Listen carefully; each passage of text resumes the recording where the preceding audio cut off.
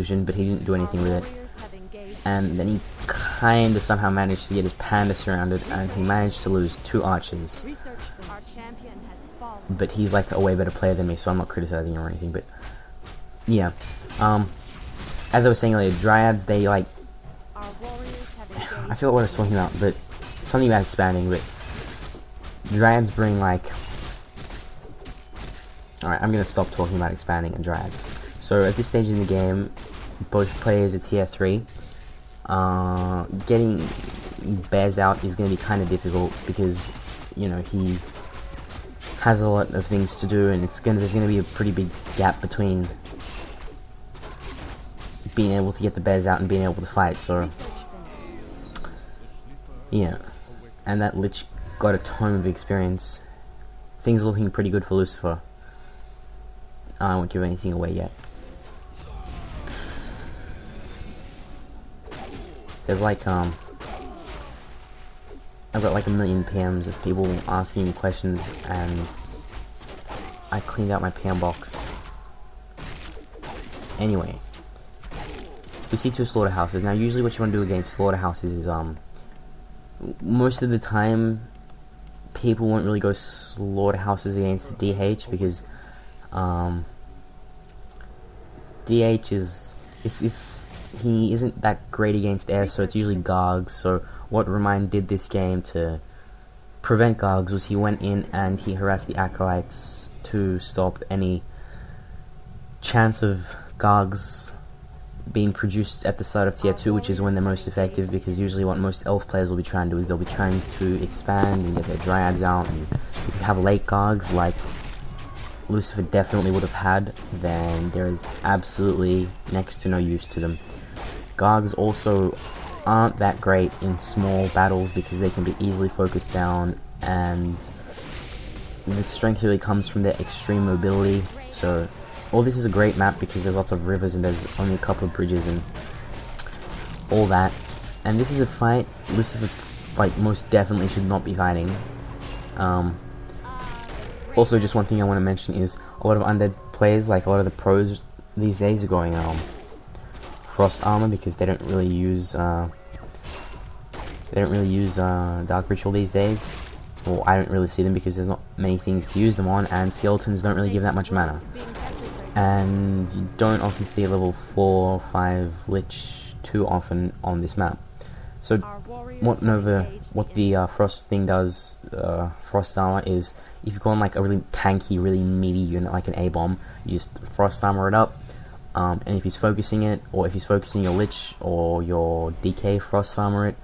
It's just like Ted's Fiend build, or going frost armor first against Orc and pushing it tier 2 with two rods. I think that's like a pretty popular strategy these days, but I don't keep up with Undead versus Orc because it's a pretty retarded matchup in general.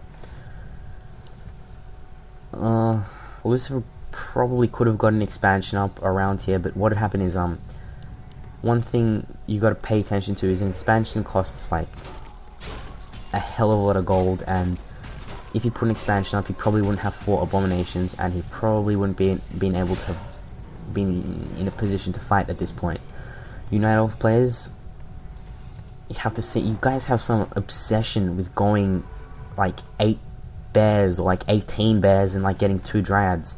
The point of the way to fight abominations and wagons is to get about 4, 5, no more than that worth of bears, because, well, let me put it this way: if you've gone bears, Dryads, and he's gone abominations and wagons, the game is definitely going to progress to late game. So him having an expansion isn't out of the question. If he has an expansion, it's going to be very easy for him to. It's going to be very easy for him to get some frost worms out or something, and you're going to be in like a really bad way if all you have is like 5, 6 Dryads. So at most 4 to 5 bears. Try and stack your heroes up with potions, items, anything. Creep the big camps. Probably shouldn't go Panda against aboms if you know he's definitely going to be attacking, but you can't know that for sure unless you've gone like